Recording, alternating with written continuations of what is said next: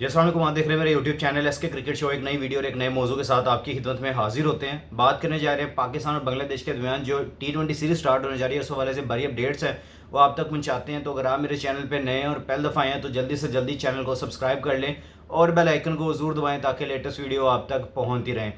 सबसे पहले मैं बात करूंगा कि पाकिस्तान अपने 3 T20 मैचेस की सीरीज़ खेलने के लिए बांग्लादेश जा रहा है। और अगर देखें तो एक प्लेयर का पूल जो है वो वहाँ पहुँच चुका है और दूसरे प्लेयर्स आज रात को निकलेंगे और थ्रू आउट ढाका पहुँचेंगे और वहाँ पे 3 शेर बंगला स्टेडियम में आपको 3 T20I मैचेस देख खेलते हुए नजर आएंगे। और अगर थ्रू आउट इनके ऊपर बात की जाए तो जो अभी प्लेयर्स का पूल है वो इस टाइम लैंड कर चुका है ढाका में। और अगर उनमें देखें तो कुछ कोचिंग स्टाफ हैं जिनमें सिक्योरिटी वाले हैं, फिर उसके अलावा आपके फील्डिंग, फिर उसके अलावा वो आपके क्लिफी जो आपके वो हैं, क्या कहते हैं उसको, फिजियोथेरेपिस्ट हैं, वो पहुंच गए हैं। इसमें अगर देखें तो इब्रार अहमद शामिल है, फ़खर जमान शामिल हैं, मोहम्मद नवाज़ चले गए हैं, खुशदिल शाह चले गए हैं, सलमान अली आगा पहुंच चुके हैं, सैम अयूब पहुंच चुके हैं और फ़हीम अशरफ पहुंच चुके हैं। तो ये आपका एक स्मॉल पूल जो है वो आपके प्लेयर्स का चला गया है। बाकी जो आपके प्लेयर्स हैं वो आज रात की फ़्लाइट से निकलेंगे और पहुंचेंगे ढाका और वहाँ पे अपना पहला इन्होंने T20 मैच खेलना है 20 तारीख को। अब मेरे सामने शेड्यूल भी है, फिर इनकी कुछ कंडीशंस के ऊपर बात कर लेंगे आगे जाके, जो कि काफ़ी ज़्यादा इंपॉर्टेंट है और आप लोगों के साथ शेयर करना भी इंपॉर्टेंट है, तो उसके ऊपर भी आगे जाके बात कर लेंगे। लेकिन अभी फ़िलहाल मैं ये बात करना चाहूँगा कि भाई जो हमने लास्ट मंथ जो हमने 2 महीने का गैप लिया, उसके पहले हमने लास्ट जो सीरीज़ खेली थी वो हमने बांग्लादेश के खिलाफ खेली थी और वहाँ पे हमने अपने होम ग्राउंड पे खेली थी। और यहाँ पे हमने 3 यहाँ पे T20I मैचेस खेले थे, उसमें पाकिस्तान ने वाइट वॉश किया है बांग्लादेश को। अब उनके होम ग्राउंड पे 3 T20 मैचेस खेलने के लिए पाकिस्तान की टीम पहुंच गई है।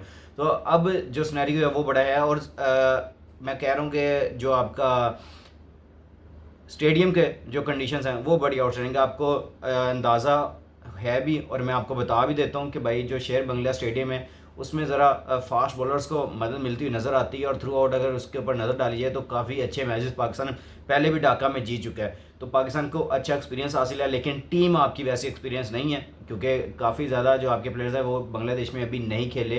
तो वो अभी यहाँ पे खेलते हुए आपको नज़र आएंगे थ्रू आउट। फिर कंडीशंस आपके कुछ सीनियर प्लेयर्स ऐसे हैं जैसा फ़खर जमा देख ले, फ़हीम अशरफ देख ले, तो ये पहले बांग्लादेश वगैरह का दौरा कर चुके हैं, तो इनको काफ़ी ज़्यादा एक्सपीरियंस है और यही आगे टीम को लीड करते हुए नज़र भी आएंगे। लेकिन सलमान अली आगा यहाँ पे कप्तानी जो करेंगे उसी से उसका फ्यूचर सेट किया जाएगा। फिर उसके बाद जो आपकी ओडीए की है, तो मैं इनकी जाने से पहले जो प्रेस कॉन्फ्रेंस है वो भी मैं कल सुन रहा था, तो उसमें भी उन्होंने क्लियरली तौर पे ये कहा है कि मेरे से कोई भी आपकी ओडीआई कप्तानी की बात नहीं हुई है। तो भाई हमारे पास जो खबरें हैं वो ये पहुंची हैं कि भाई इनसे ओडीआई कैप्टनसी की भी बात हो चुकी है। जब आपको आगे ओडीएस भी जब ये सीरीज रहेगी, क्योंकि इसके बाद पाकिस्तान ने वेस्ट इंडीज़ का टूर करना है, तो वहाँ पे 3 पाकिस्तान ने T20 मैचेस खेलने हैं और फिर उसके अलावा पाकिस्तान ने 3 वहाँ पे ओडीएस भी खेलने हैं। तो अगर 3 ओडीएस में आपको वहाँ पे सलमान अली आगा कप्तानी करते हुए नज़र आ सकते हैं, ये अभी मैं क्लियरली तौर पे नहीं कह रहा क्योंकि अभी ऑफिशियल खबर नहीं है, लेकिन ज़राए जो हैं वो ये और जो मीडिया सोर्स है वो ये कवर कर रहा है कि सलमान अली आगा को ओडीआई का भी कैप्टन बना दिया जाएगा।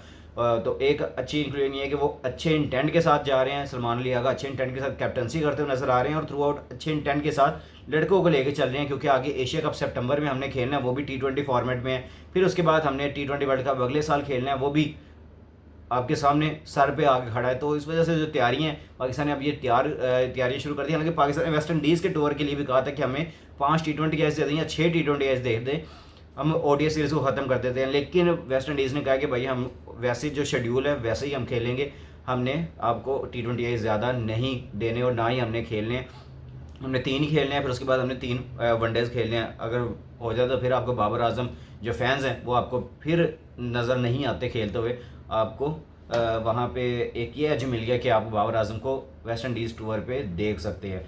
तो ये एक कंक्लूड खबर थी जो आप तक पहुँचानी थी। फिर उसके बाद अब आ जाते हैं शेड्यूल जो पाकिस्तान बांग्लादेश का है, वो मैं आपको एक दफ़ा पढ़ के सुना देता हूँ कि 20 जुलाई को पाकिस्तान अपना पहला T20 मैच खेलेगा, जो कि पाकिस्तानी वक्त के मुताबिक जो है वो शाम को 5 बजे शुरू होगा। फिर उसके बाद जो दूसरा T20 मैच है वो बांग्लादेश और पाकिस्तान के दरमियान जो खेला जाएगा वो खेला जाएगा आपका 22 को, जिसमें आप देखेंगे शाम 5 बजे शेर बंगला स्टेडियम से लाइव।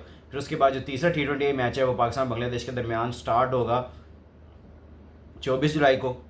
वहाँ पे आपको ये नज़र आएगा जो आपने थ्रू आउट इसमें देखना है। 5 बजे ये भी आपको नज़र आएगा लाइव, जो कि काफ़ी ज़्यादा इंटरटेनिंग होगा। आपको इस सीरीज़ भी बड़ी ज़्यादा मज़ेदार नज़र आने वाली है, क्योंकि कुछ ऐसे प्लेयर्स भी शामिल किए गए हैं जो कि काफ़ी ज़्यादा अब मुझे सबसे ज़्यादा जो कंसर्न है वो है नवाज़ के साथ।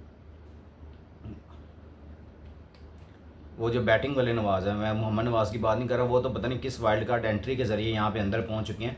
लेकिन जो नवाज़ हैं, हसन नवाज़ की मैं बात कर रहा हूँ, वो उनके ऊपर काफ़ी ज़्यादा कंसर्न है। अब वो बांग्लादेश में खेलने के लिए जा रहे हैं। अब जो मेन चीज़ और मेन कॉज ये है कि जब वो सिलेक्शन उनकी हुई थी वो न्यूजीलैंड टूर पे हुई थी, और न्यूजीलैंड टूर के बाद फिर हमने अपनी होम ग्राउंड पे यहाँ पे सीरीज़ खेली थी जो कि बांग्लादेश के ख़िलाफ़ खेली थी, तो उसमें भी शामिल किया गया था। अब जो न्यूजीलैंड का इनका टूर था, इनके अवे जो टूर था वो अच्छा नहीं गया था। आपको पता है 3 उन्होंने वहाँ पे 0 किए थे, फिर 1 सेंचुरी की थी, और फिर थ्रू आउट एक कोई 5-7 रन पे आउट हो गए थे एक और मैच में। तो इस तरह के इनका अवे टूर आता, लेकिन वो टफ़ कंडीशन थी, वो टफ़ कंडीशन थी। क्या अब वो आपका जो प्लेयर का पूल है या इस तरह का जो आपके प्लेयर हैं, जो हसन नवाज़ जैसे प्लेयर हैं, जो कि आपको अच्छे तरीके से अंदाज़ा है कि जो कि अवे में वहाँ पे नाकाम हुए थे, लेकिन अपनी होम कंडीशंस में इन्होंने यहाँ पे अच्छा किया, बांग्लादेश के ख़िलाफ़ अच्छी परफॉर्मेंसेस दी, इन्होंने मिडल ऑर्डर में आके परफॉर्मेंसेस दी।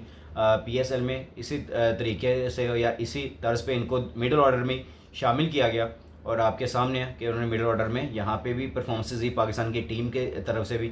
लेकिन अब जो मेन कंसर्न ये है कि अब फिर अवे टूर पे जा रहे हैं, तो वहाँ पे भी अवे टूर में ये किस तरह की परफॉर्मेंसेस देते हैं, ये सबसे ज़्यादा मैटर करेगा। और हसन नवाज़ आपके आने वाले फ्यूचर के बहुत बड़े स्टार हैं, और थ्रू और जो मैं साहिबजादा फरहान के ऊपर बड़ी नज़र रख के बैठा हूँ कि यार उनको चांस मिलता है, क्योंकि अब साइम भी इस टीम का हिस्सा है, फ़खर जमान भी इस टीम का हिस्सा है। क्या साहिबजादा फरहान को अब यहाँ पे प्रॉपर चांस मिलेगा?